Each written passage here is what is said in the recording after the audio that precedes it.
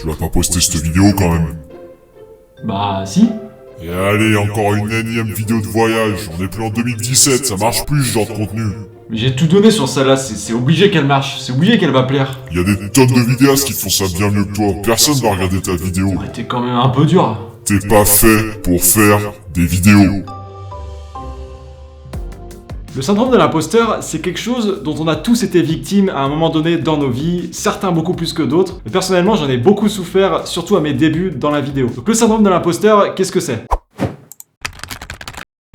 Très répandu, le syndrome de l'imposteur donne à celui qui le vit le sentiment de ne pas mériter la place qu'il occupe. Il puise ses origines dans des égos malmenés et dans la nécessité que nous éprouvons de nous comparer aux autres. Quand on débute dans n'importe quel secteur ou métier, c'est très souvent qu'on est amené à douter de ses capacités. On se demande ce qu'on fait là, pourquoi ce client me fait confiance pour faire cette vidéo, pourquoi j'ai été recruté par cette boîte, il y a des personnes qui sont beaucoup plus talentueuses que moi, qui ont plus d'expérience. On se sent pas du tout légitime et on se dit qu'on est arrivé là par chance. Du moment où on commence à s'exposer, que ce soit par exemple en publiant une vidéo sur les réseaux sociaux ou en acceptant un gros contrat pour un client, c'est complètement normal de douter et de se remettre en question. Donc certes, ça c'est une bonne chose, ça veut dire que vous accordez de l'importance à ça, mais ça peut aussi être une sensation qui est très négative, qui est directement liée à la confiance en soi et qui peut littéralement vous bouffer de l'intérieur si on n'arrive pas à contrôler ce syndrome de l'imposteur. Mais ce qui est encourageant, c'est que ce syndrome, c'est pas quelque chose qu'on garde à vie, c'est quelque chose sur lequel on peut travailler, et heureusement d'ailleurs. Donc dans cette vidéo, je voulais partager avec vous mes 2 règles d'or. C'est des règles que je me répète presque tous les jours, qui m'ont aidé à prendre confiance en moi et qui m'ont beaucoup aidé à être là où j'en suis aujourd'hui.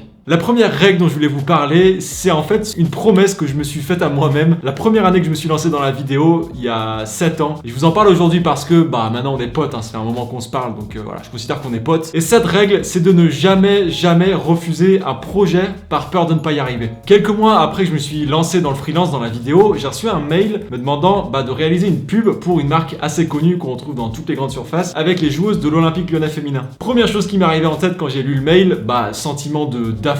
Je pense que j'étais juste surexcité et hyper content parce que c'était littéralement un rêve de gosse de pouvoir faire une pub avec des sportifs de haut niveau. Ça a duré 3 minutes et très vite j'ai été pris d'un sentiment un peu d'angoisse en mode pourquoi est-ce qu'ils font appel à moi sachant que j'ai juste quelques mois d'expérience, j'avais que très peu de matos, j'avais strictement aucune confiance en moi, donc je me voyais pas du tout être à la tête d'un tournage d'une si grosse ampleur. Donc c'est un tournage que j'ai beaucoup appréhendé et je vous raconte même pas le stress que j'ai eu le jour J. J'en ai d'ailleurs fait une vidéo un peu backstage sur ma chaîne, je vous mets le lien juste ici si ça vous intéresse. J'ai failli partir ici, mais je sais que c'est ici. Et quand le tournage s'est terminé, j'ai eu une sensation juste de fierté en mode qu'est-ce que je viens de vivre là. J'étais juste tellement content d'avoir réussi à faire ce tournage. Il s'était hyper bien passé. C'était mon rêve, comme je vous le disais tout à l'heure, d'être à la tête d'un tournage comme ça avec des sportifs de haut niveau. Donc j'étais juste trop content. Et c'est justement à ce moment-là, à la fin de cette journée, que du coup je me suis mis en tête cette règle qu'il faut absolument jamais refuser un projet par peur de pas y arriver. Même si le projet il va pas forcément vraiment comme vous l'aviez espéré, faut vous dire que vous allez forcément apprendre. Je peux même pas vous dire tout ce que j'ai appris ce jour-là. Et une fois que j'avais terminé la vidéo, que je l'avais montée, je l'ai envoyée au client et j'ai reçu un mail hyper positif de sa part. J'étais juste trop content de voir que le client était content du résultat. Ça a reboosté ma confiance. Je suis reparti de ce projet avec beaucoup plus de confiance en moi, ce qui est ultra important. Et surtout, un autre point très positif, c'est que ça m'a ouvert d'autres portes derrière, après ce tournage. Ça me fait une belle référence à montrer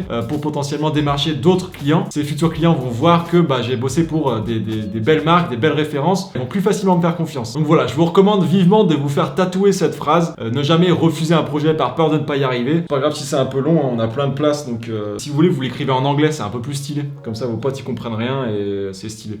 Il y a une chose qui est en train de vous démotiver complètement, c'est l'une des causes de votre syndrome de l'imposteur, c'est une chose dont on a tous été victimes à un moment donné, c'est de se comparer aux autres. Se comparer aux autres, c'est quelque chose de complètement naturel, tout le monde le fait dans la vie de tous les jours, mais il faut savoir que la comparaison est très souvent liée à la jalousie. Et tout le monde sait que la jalousie, c'est quelque chose de nocif. Et malheureusement, avec l'explosion des réseaux sociaux, je pense qu'on s'est jamais autant comparé les uns les autres. Donc il y a plusieurs points négatifs par rapport aux réseaux sociaux et le fait de se comparer les uns les autres, mais l'un des points négatifs, c'est les statistiques. Quand on publie quelque chose sur les réseaux sociaux, on est submergé par toutes ces stats qui nous disent si notre contenu marche, on compare tout par rapport aux autres créateurs, et finalement, c'est un peu les stats qui nous disent si notre contenu est bien ou pas bien. Alors que quand on y pense, c'est complètement débile de penser comme ça. Ces chiffres, ils nous font complètement douter sur le contenu qu'on est en train de créer. C'est sûr que toutes ces stats, elles m'aident à analyser tout ce que je fais de bien, tout ce que je fais de moins bien, mais ces stats, elles me faisaient surtout comprendre que mon contenu était pourri par rapport aux autres, parce que forcément il y a toujours quelqu'un qui va faire mieux que vous sur les réseaux sociaux. Et ça c'est vraiment démotivant, au point où des fois tu te remets complètement en question. Et je peux vous dire sans hésitation que ce soit dans ma vie professionnelle avec YouTube, les clients, etc., ou même dans ma vie personnelle, je me sens tellement plus apaisé, je prends tellement plus de plaisir à créer une vidéo quand j'oublie les stats, quand j'oublie le fait qu'il faut qu'elle marche. Je crée vraiment une vidéo pour moi et c'est ça qui me fait plaisir. Et je pense que ça se ressent aussi sur les vidéos.